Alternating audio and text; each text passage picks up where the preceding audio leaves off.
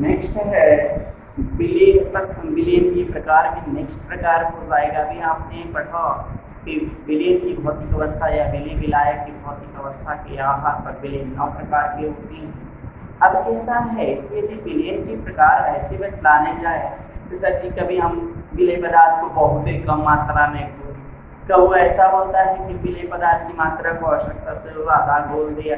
Suppose that आप शरबत की ही बात कर रहे हैं, कभी आपने शरबत, सपोज दैट एक गिलास पानी आपने लिया, 1 चम्मच आपने चीनी घोला, आप कह रहे हैं सर जी अब ये मीठा नहीं लग रहा है, 1 चम्मच आपने और घोल दिया, तो कह रहे सर जी अब मीठा लग रहा है, 1 चम्मच और घोल दिया, तो कह रहे सर बहुत ज़्यादा मीठा लग रहा है।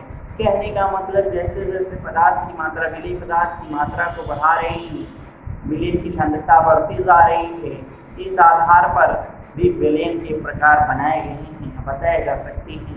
तो कहता है कि विलेय पदार्थ की मात्रा या सांद्रता, सिंपल सी बात, विलेय की सांद्रता भी हो सकता है, विलेय पदार्थ की मात्रा या विलेय की सांद्रता के आधार पर विलेय 5 प्रकार के होते हैं। 5 प्रकार कौन कौन से होते हैं? पहला होता है तनु विलेय, दूसरा होता है सांद्र विलेय, तीसरा होता है संतृप्त विलेय, चौथा होता है असंतृप्त विलेय और 5वां और अंतिम होता है अति संतृप्त विलेय। नोट कर लीजिए, देखिए आपसे कैसे जानेंगे और कैसे पढ़ेंगे। पहला है तनु विलेय, जिसको अंग्रेजी में डाइल्यूट सॉल्यूशन कहते हैं। इसकी परिभाषा को ध्यान से देखें।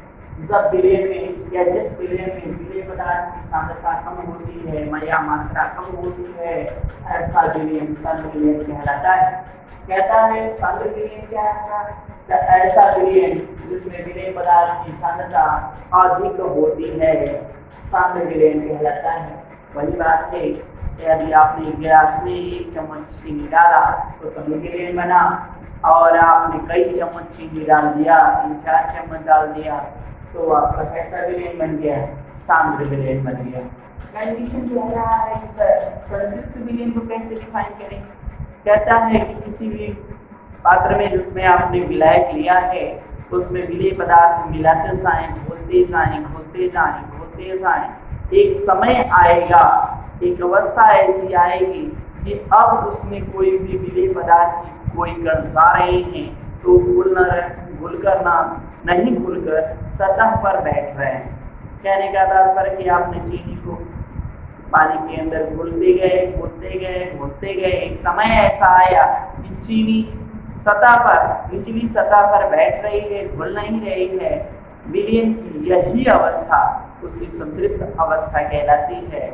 मतलब उसका पेट, जैसे सपोज दैट एक भूखे व्यक्ति को खिलाते जाएं 4, 6, 8 रोटी खाने के बाद वो आवाज आती है, इसको डेकार आप कहते हैं, डेकार आ गया, बस पेट भर गया, कंडीशन वही है।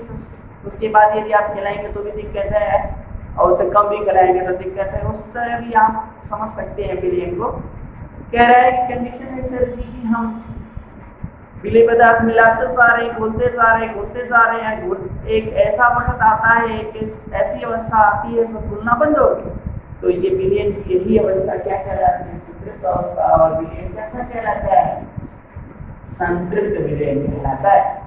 कहता है असंतृप्त विलेय, तो कहता है कि सर असंतृप्त विलेय को कैसे डिफाइन करेंगे? सपोज दैट एक भूखे व्यक्ति को जो 8 रोटी खा रहा है, केवल हमने कहा 2-3 रोटी उसको दे के कह दिया बस अब नहीं मिलेगा, तो कहेगा सर जी हमारा तो पेट ही नहीं भरा। कंडीशन वो असंतृप्त रहा, संतृप्त नहीं हुआ, संतुष्ट नहीं हुआ, तो उसी के कह रहा है एक निश्चित ताप पर किसी विलेय को संतृप्त करने के लिए या विलेय को संतृप्त करने के लिए जितनी पदार्थ की आवश्यकता होती है, जितना ग्राम या मिलीग्राम जो भी आप ले रहे हैं, जितने पदार्थ की मात्रा की आवश्यकता होती है उससे कम पदार्थ की मात्रा उस विलेय में उपस्थित हो, ऐसा विलेय असंतृप्त विलेय कहलाता है। फिर कह रहा हूँ कि सपोज दैट 100 ग्राम आपका विलायक है और उसमें 25 ग्राम में चीनी मिलाई जा सकती है संतृप्त बनाने के लिए, और सपोज दैट आपने 5 ग्राम 10 ग्राम मिलाया, तो विलेय कैसा बनेगा? तो कहेंगे असंतृप्त विलेय बनेगा। कंडीशन फिर से समझा दूं, 100 ग्राम विलायक है और यदि 25 ग्राम मिलाने से 26वां ग्राम जब मिला रहे हैं तो चीनी घुल नहीं रही है। तो यदि 25 ग्राम मिला दिया और घुल गया पूरी तरह से, विलयन संतृप्त हो गया, और उससे कम घुला तो असंतृप्त हो गया, और उससे अधिक घोल दिया तो अति संतृप्त हो जाएगा। लास्ट आपका विलयन का प्रकार है सुपर सैचुरेटेड सॉल्यूशन, अति संतृप्त विलयन। इसकी परिभाषा जस्टिन की परिभाषा से उठा ले कि निश्चित ताप पर विलयन को संतृप्त करने के लिए आवश्यक मात्रा से अधिक, कम की जगह क्या कर देंगे, अधिक पदार्थ की मात्रा जिस विलयन में उपस्थित होती है क्या कहलाता है, अति संतृप्त विलयन कहलाता है। तो इसका उदाहरण भी आपको कहेंगे सर जी, इसका उदाहरण दें तो आप ग्लावर फॉल्ट, बहुत बार एग्जामिनेशन में पूछा गया है कॉम्पिटिटिव एग्जाम। ग्लावर फॉल्ट क्या होता है, Na2SO4 10H2, या कॉमन भामन सोडा की भी बात कर सकते हैं। भामन सोडा जिसको आप सोडियम कार्बोनेट डेकाहाइड्रेट कहते हैं, रासायनिक नाम में इसको सोडियम सल्फेट डेकाहाइड्रेट बोलते हैं। ये दोनों को आप सावधानी पूर्वक ग्रहण करें, चाहे इसको चाहे इसको, किसी एक की बात है सावधानी पूर्वक। थायोसल्फेट होता है Na2SO3.5H2 ये ले सकते हैं आप। उनकी बात करें, ग्लावर लवण की बात करें, भामन सोडा की बात करें, चाहे सोडियम थायोसल्फेट की बात करें, किसी को भी ले लेते हैं जिसमें क्रिस्टलन जल के अणु मौजूद हो। क्रिस्टलन जल के अणु मौजूद वाले साइड ले लिया हमने, उसको सावधानी पूर्वक गर्म किया। सावधानी पूर्वक कहने का तात्पर्य बहुत तेज है, बहुत हल्का सा धीरे धीरे गर्म कर रहे हैं। तो इसमें जो उपस्थित क्रिस्टलन जल के अणु हैं यह भी इस लवण को अपने अंदर घोल लेंगे, और यह घोल लेने के बाद जो विलयन बन जाएगा, जिससे आपने कभी डिटर्जेंट को देखा होगा, डिटर्जेंट कुछ दिनों के बाद रख देने पर यदि उसमें थोड़ी सी मॉइस्चर रहती है, मतलब नमी रहती है, तो क्या होता है, ढकिया साफ है, मतलब यह लिसलिसा हो जाता है। एंड दिस इज जस्ट, इसमें क्रिस्टलन जल के अणु हैं और इस लवण को अपने अंदर धीरे धीरे क्या कर ले, डिसॉल्व कर दे। डिसॉल्व करके क्या होता है, चिकना बन जाए, विलयन जैसा दिखने लगे, मतलब थुक्के जैसा दिखने लगे, तो कैसा विलयन कहलाएगा, और इस संतृप्त विलयन कहलाएगा। इसी के बाद अहम टॉपिक एक शुरुआत होती है जिसको भी आप पढ़ लें, इसके साथ ही विलेयता, इसे कहते हैं विलेयता, और विलेयता को प्रभावित करने वाले कारक कौन कौन से। विलेयता, सॉलिबिलिटी,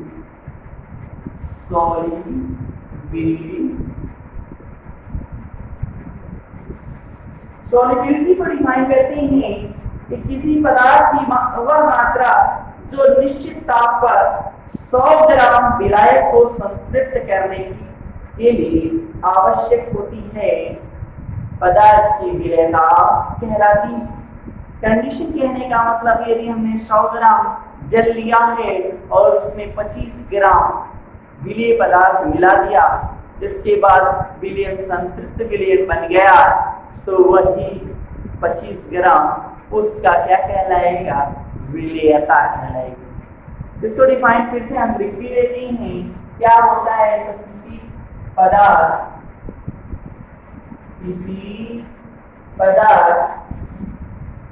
की वह मात्रा, किसी पदार्थ की वह मात्रा जो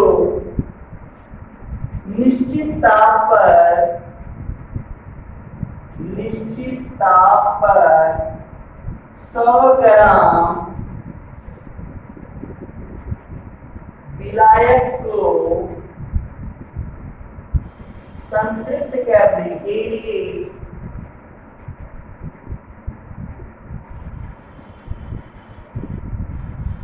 आवश्यक होती है,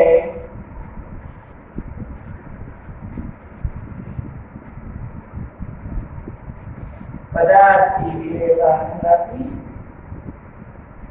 मैंने फिर भी कहा 100 ग्राम को 50 ग्राम 25 ग्राम मिला देने पर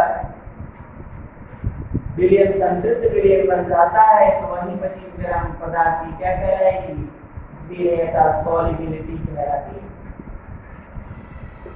बात करते हैं विलेयता को प्रभावित करने वाले कारक। ये इंपॉर्टेंट है परीक्षा के पॉइंट ऑफ व्यू से। विलेयता को प्रभावित करने वाले कारक, तो विलेयता को प्रभावित करने वाले कारक कौन कौन से हैं? तो विलेयता को प्रभावित करने वाले कारक में पहला आता है विलेय की प्रकृति, दूसरा हो जाएगा विलायक की प्रकृति, विलायक की प्रकृति, नंबर तीसरा हो जाएगा ताप, नंबर चौथा हो जाएगा विलेय के कणों का आकार,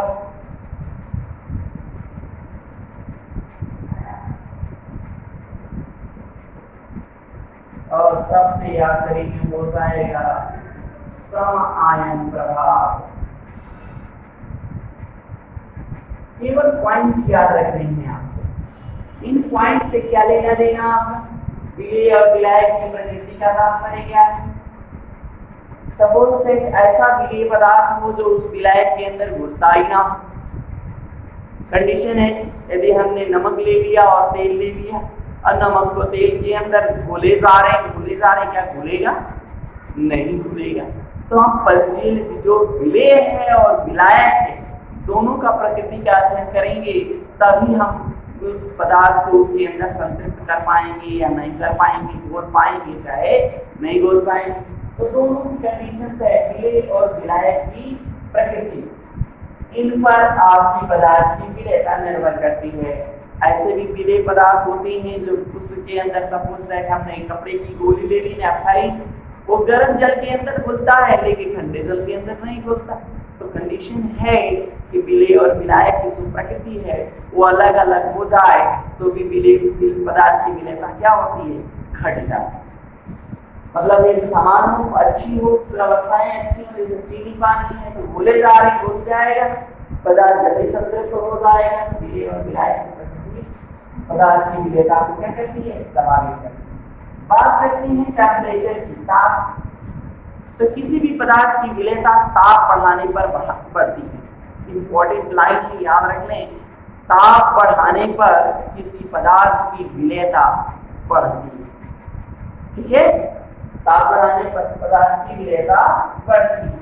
बात करते हैं विलेय कणों का आकार। सपोज दैट आप घर में जाइए, घर में सभी लोग देखे होंगे, एक चीनी होता है दूसरा मिश्री होता है, दोनों के क्रिस्टल होते हैं, एक बड़ा होता है एक छोटा होता है। अब दोनों को ले लीजिए, पानी में बराबर पानी में ले लीजिए और चीनी और मिश्री को अलग अलग पात्रों में घोल दीजिए। देखेंगे कुछ समय पश्चात कि आपका जो चीनी है वो घुल गया रहेगा लेकिन मिश्री अभी घुला नहीं रहेगा। कंडीशन है कि यदि उसके कणों का आकार छोटा होगा तो पदार्थ की विलेयता अधिक होगी, कणों का आकार बड़ा होगा पदार्थ की विलेयता कम। लास्ट है सम आयन प्रभाव, कॉमन आयन इफेक्ट।